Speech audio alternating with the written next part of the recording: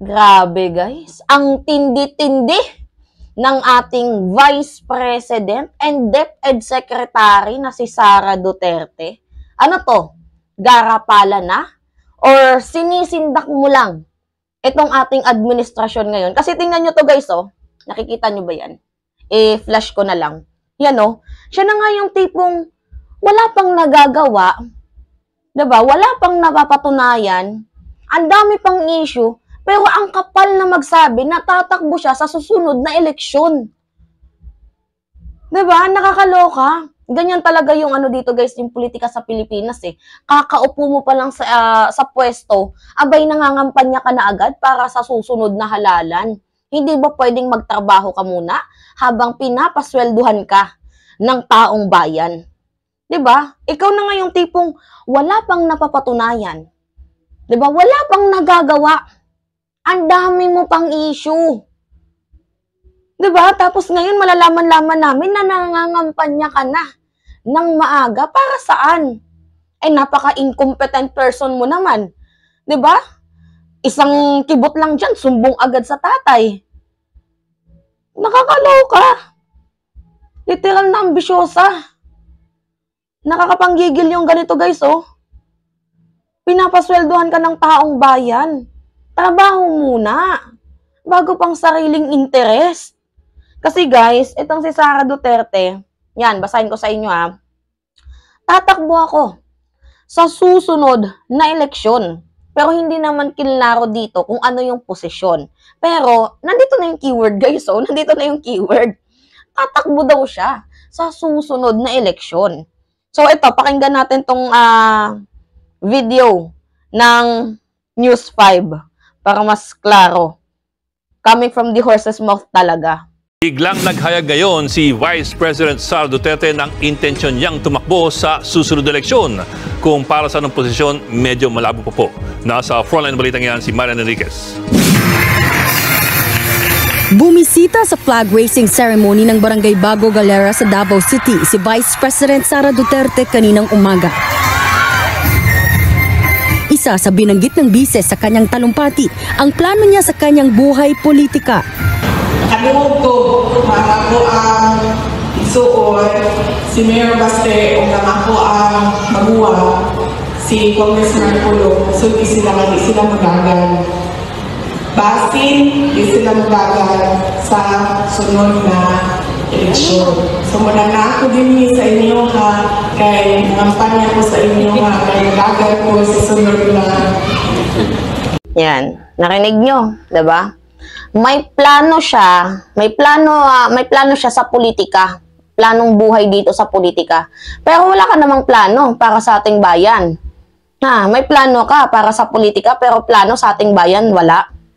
Abay, BP, wag naman ganun. Hindi mo pa nga nasasagot yung issue mo sa confidential funds. Kung saan mo ginamit, kung may transparency na ba.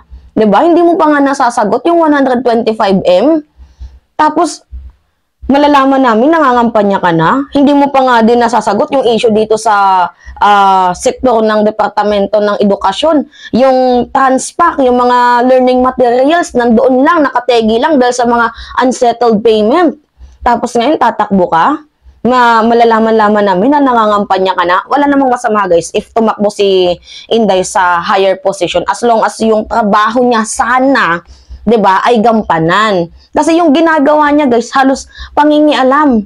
Oo, meron siyang statement sa Ukraine, sa Hamas, yung nagkaroon ng Chupapi Munyeño, yung gera ba sa Hamas at Palestine, meron siyang statement.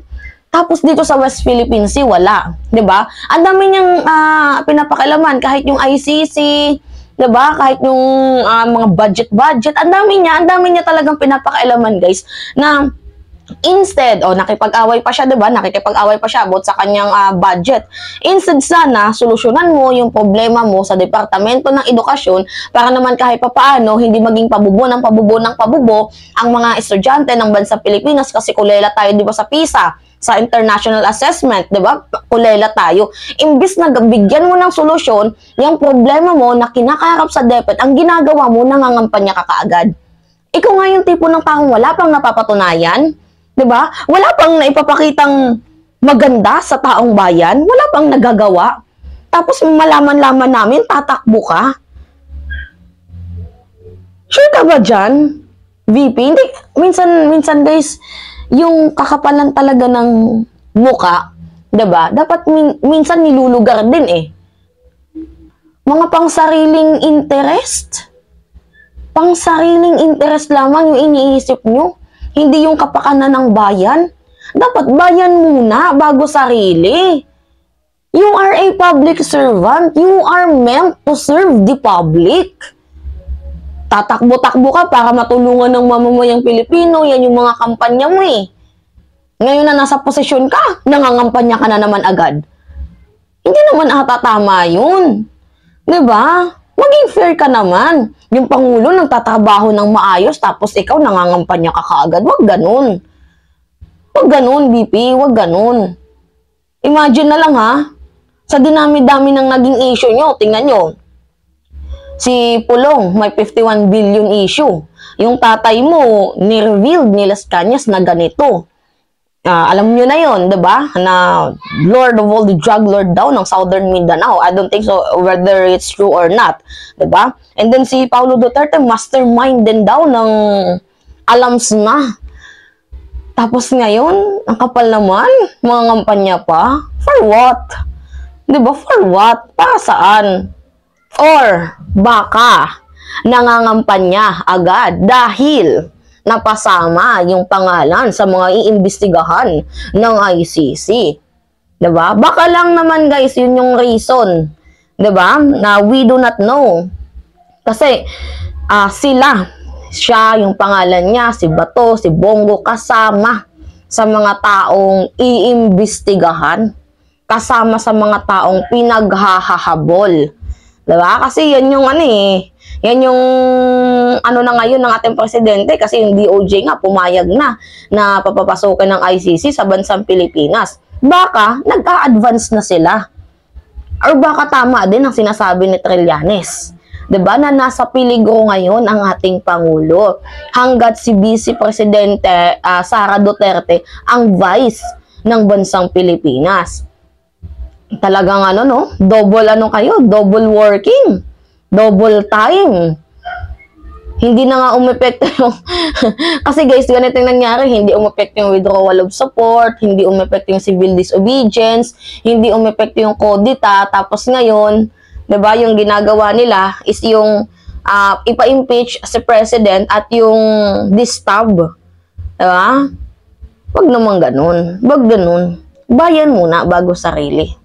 Malayo pa ang eleksyon. Malayo pa. Paglingkuran mo muna ang sambayan ng Pilipino. Sayang naman yung pinapasweldo sa'yo, di ba? Tapos wala ka palang silbi, wala kang kwenta. Wag ganun. But anyway, it's me again guys, si Mima Alicia nyo. At nagbabalik ulit para sa ating panibagong video.